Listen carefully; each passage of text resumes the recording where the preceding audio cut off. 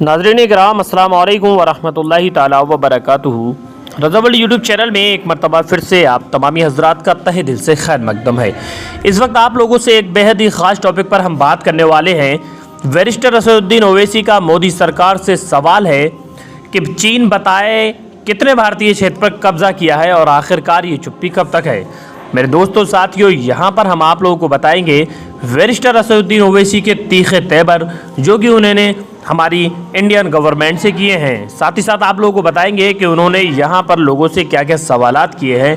जी हाँ दोस्तों और साथियों, पूरी वीडियो देखने के लिए हमारे चैनल पर बने रहें, चैनल को विजिट करें, साथ ही साथ चैनल को ज़रा सा भी छोड़ करके ना जाएं। आज की इस वीडियो में वो सारे सवालात बताने वाला हूँ जो कि बैरिस्टर असदुद्दीन ओवैसी ने किए हैं। दोस्तों और साथियों, ओवैसी ने चीन के साथ सीमा विवाद पर कहा है कि भारत के गृह मंत्री और रक्षा मंत्री क्या बता सकते हैं कि चीन को हकीकत में क्या क्या बात चल रही है। उन्हें देश की जनता को बताना चाहिए कि क्या चल रहा है, आखिरकार वो क्यों खामोश हैं। हम मांग करते हैं कि प्रधानमंत्री लोगों को बताएं कि चीन से भारत के कितने क्षेत्र पर कब्जा किया गया है। बीजेपी और आरएसएस समर्थक इस मुद्दे पर चुप क्यों हैं? आखिरकार क्या मैं इससे चुप होने की वजह जान सकता हूं? और आखिरकार ये खामोशी जो है कब तक चलने वाली है, यानी कि ये खामोशी कब तक रहने वाली है। आखिरकार ये खामोशी कब तक है, इसको लेकर के बैरिस्टर असदुद्दीन ओवैसी ने काफ़ी ज़्यादा तीखे तेवर दिखाए हैं और हुकूमत हिंद से वो सवालात किए हैं कि आखिरकार वो लोगों को जवाब दे चुप्पी क्यों साध रखी है। और आखिरकार अगर चुप्पी साध रखी है तो ये चुप्पी कब तक रहने वाली है। लोग जवाब मांग रहे हैं, लोगों को इंतज़ार है कि आप उनके सवालात का उन लोगों को जवाब दीजिए। ऑल इंडिया मजलिस इत्तेहादुल मुस्लिमीन AIMIM के अध्यक्ष और हैदराबाद से सांसद असदुद्दीन ओवैसी ने सोमवार को कहा है कि प्रधानमंत्री नरेंद्र मोदी देश में कोरोना की स्थिति पर काबू पाने में पूरी तरह से नाकाम रहे हैं और जो भी वो लोग दावे कर रहे हैं, जो भी वो लोग वायदे कर रहे हैं, वो तमाम ही तरह के खोखले वायदे हैं और वो किसी तरह से भी कोरोना जैसे वायरस पर बिल्कुल भी काबू नहीं पा रहे हैं। पूरी तरह से वो उसमें नाकाम है। साथ ही साथ असदुद्दीन ओवैसी ने प्रेस कॉन्फ्रेंस में कहा है मोदी जी से उम्मीद ना रखें कि वो आपको वायरस से बचा लेंगे। इस चीज़ की भी उन्होंने ख़ास अपील की है और लोगों को बताया है कि प्रधानमंत्री नरेंद्र मोदी किसी भी शख्स को वायरस से नहीं बचा सकते, यानी कि उन्होंने जो भी वायदे किए हैं वो बिल्कुल झूठे हैं और सरासर बिल्कुल ही लचीले हैं। उसमें कहीं से कहीं तक बिल्कुल भी दम नज़र नहीं आता।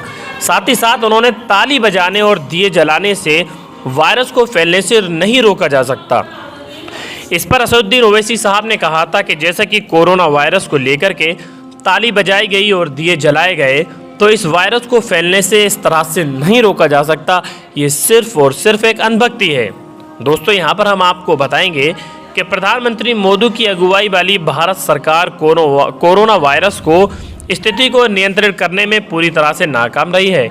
यानी कि अगर किताब उठा करके देखी जाए और उसमें नज़र डाली जाए तो प्रधानमंत्री नरेंद्र मोदी यानी जो हुकूमत हिंद सरकार है उससे कोरोना वायरस रत्ती बराबर भी कम नहीं हुआ है। यानी कि वो कोरोना जैसे वायरस को कम करने में बिल्कुल भी उन लोगों का जो भी उन्होंने योगदान दिया है वो सब बेकार है और बिल्कुल भी किसी तरह से कोरोना जैसे वायरस को वो कम नहीं कर पाए हैं। उन्होंने कहा लॉकडाउन असंवैधानिक और अनियोजित थी। मोदी सरकार ने लॉकडाउन ऐसे समय पर लगाया जब देश में तकरीबन 500 लोग संक्रमित थे और अब लाखों की संख्या में लोग मौजूद हैं और संक्रमित हो रहे हैं। इस पर असदुद्दीन ओवैसी ने इंडियन गवर्नमेंट से ये जवाब मांगा है कि आखिरकार ऐसा क्यों हो रहा है। जब सारे देश में सिर्फ 500 लोग कोरोना पॉजिटिव थे तो सारे मुल्क में जो है आपने लॉकडाउन लगा दिया। ये बात समझ में नहीं आई और अब कोरोना के इतने ज़्यादा केसेस मिल रहे हैं कि 24 घंटे में 10-10 हज़ार केस निकल करके आ रहे हैं। तो आखिरकार इस वक्त जो है लॉकडाउन को क्यों खोला जा रहा है, इस चीज़ का हमें जवाब चाहिए और गवर्नमेंट जो है इस चीज़ का जवाब दे। ओवैसी ने कहा है कि जब करोड़ों प्रवासी मजदूर अपने घर अपने राज्य लौट रहे थे तो लॉकडाउन हटाया जा रहा है। ट्रेनों में 85 मजदूरों की मौत हो जाती है और इसका जिम्मेदार कौन है।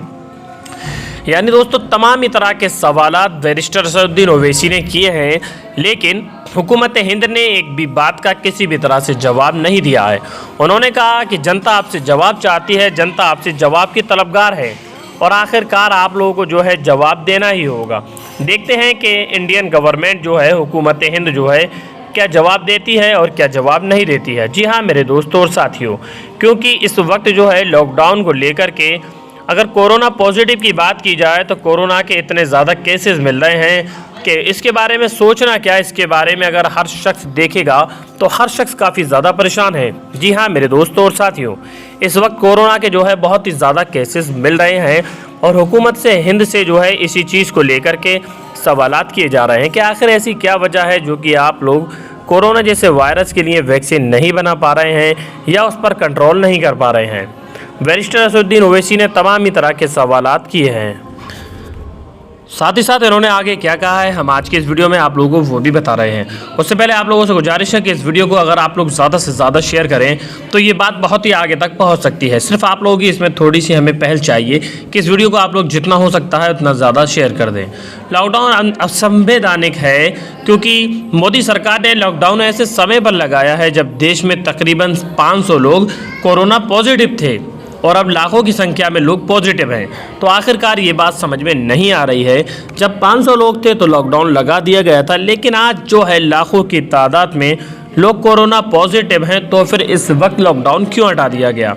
ओवैसी ने कहा है करोड़ों मजदूर अपने घर लौट रहे हैं और लॉकडाउन हटाया जा रहा है और ट्रेन में तकरीबन 85 मजदूरों की मौत हो गई है। आखिर उसका जिम्मेदार कौन है, इस चीज़ को लेकर के भी बिल्कुल किसी तरह का कोई हुकूमत हिंद ने जवाब नहीं दिया है। आखिर कब तक इस तरह से हम जवाब मांगते रहेंगे। उन्होंने कहा है कि जनता आपसे जवाब मांग रही है। ये सभी लोग ओबीसी और अनुसूचित जाति से संबंधित थे। कल एक पत्रकार की भी मौत हो गई। उन्होंने ये भी कहा है कि एक पत्रकार की मौत हो गई, इन पर कौन बात करेगा। ये सरकार केवल एक हाथी की बात कर रही है, सरकार सिर्फ सुर्खियों में रुचि लेती है। बैरिस्टर असदुद्दीन ओवैसी साहब के सवालात हुकूमत हिंद से, आखिर ये सब क्यों हो रहा है, क्यों एक पत्रकार मारा जाता है, क्यों 85 प्रवासी मजदूरों की ट्रेन में मौत हो जाती है और आज तक उन बातों का जवाब तो क्या उसके बारे में जिक्र भी नहीं हुआ है। दूसरी तरफ कोरोना वायरस को लेकर के कहा जा रहा है कि इतनी सावधानियां बरतने के बावजूद आखिरकार ये कोरोना जैसा वायरस क्यों बढ़ रहा है, इसका प्रकोप कम क्यों नहीं हो रहा है। यानी कि जब लॉकडाउन लगा था तो सिर्फ 500 मज़दूर थे, लेकिन आज लॉकडाउन खुल गया और लाखों की तादाद में मज़दूर हैं। इसी को लेकर के उन्होंने हुकूमत हिंद से लोगों से अपील की है कि वो हुकूमत हिंद पर जो है भरोसा करना छोड़ दे, अपनी ज़िंदगी खुद जिए, अपनी ज़िंदगी खुद जीना शुरू कर दे। ऐसा ही दोस्तों साथियों असदुद्दीन ओवैसी साहब का एक और बयान आया है। उन्होंने मस्जिद को लेकर के कहा है कि जो उम्र दराज लोग हैं वो लोग मस्जिद ना जाएं, या जो बच्चे हैं वो भी मस्जिद ना जाएं। साथ ही साथ सैनिटाइज़र वगैरह को भी उन्होंने ख़ास तौर से मना किया है। यानी तमाम ही तरह की बातें और तमाम ही तरह के सवालात हैं। आखिरकार इन सवालातों का जवाब हम लोगों को क्यों नहीं मिलता है। जैसा कि हमारी आवाज़ बैरिस्टर असदुद्दीन ओवैसी उठाते हैं, तो आखिरकार जो हुकूमत हिंद है, जिसकी ज़िम्मेदारी है हर हुक्मरान की, कि हर शख्स की ज़िम्मेदारी है कि हमारा मुल्क कैसे चलता है, किस तरह से चलना चाहिए या किस तरह से नहीं चलना चाहिए, तो फिर इतनी बड़ी लापरवाही क्यों है कि लाखों लोग इसमें गिरफ़्तार हैं और लोगों की जानें जा रही हैं और किसी तरह का यानी कोई बचाव नहीं हो पा रहा। आखिर ये लाखों की तादाद में जो लोग इस वक्त कोरोना जैसे वायरस में घिरे हुए हैं, कोरोना पॉजिटिव हैं, आखिर ये कब तक चलेगा और ये कब ख़त्म होगा, शायद इसके लिए उनके पास कोई जवाब नहीं है। और इसी को लेकर के बैरिस्टर असदुद्दीन ओवैसी साहब ने कहा है कि ये जो कोरोना जैसा वायरस है ये नहीं ख़त्म होगा, यानी कि ये कभी भी ख़त्म होने वाला नहीं है। इससे हमें और आपको खुद ही बचना है। इससे बचने के जो भी उपाय हैं हमें और आपको खुद ही करने हैं। अगर आपके जहन में भी ये तमामी तरह के सवालात हैं और आप इसके जवाब चाहते हैं तो हमारी इस वीडियो को दिल खोल करके शेयर कर दें, ताकि ये हमारी वीडियो ज़्यादा से ज़्यादा वायरल हों और जो लोगों के जहन में सवालात हैं वो सवालात उन लोगों के आसानी के साथ क्लियर हो सके कि आखिर कोरोना जैसे वायरस से लोग कब तक लड़ेंगे।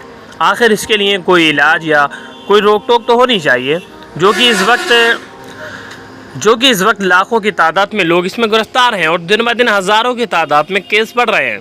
तो मेरे दोस्तों और साथियों इस वीडियो को शेयर कीजिए, साथ ही साथ हमारे चैनल को भी सब्सक्राइब करें, जिससे कि आने वाली वीडियो की नोटिफिकेशन आप लोगों तक सबसे पहले पहुंचती रहे। तो बने रहें हमारे चैनल पर, हम तरह तरह की वीडियोस आप लोगों के लिए लेकर के आते रहते हैं। मिलते हैं एक और कामयाब वीडियो के साथ, तब तक के लिए अल्लाह हाफिज़, दुआ खैर में याद रखें।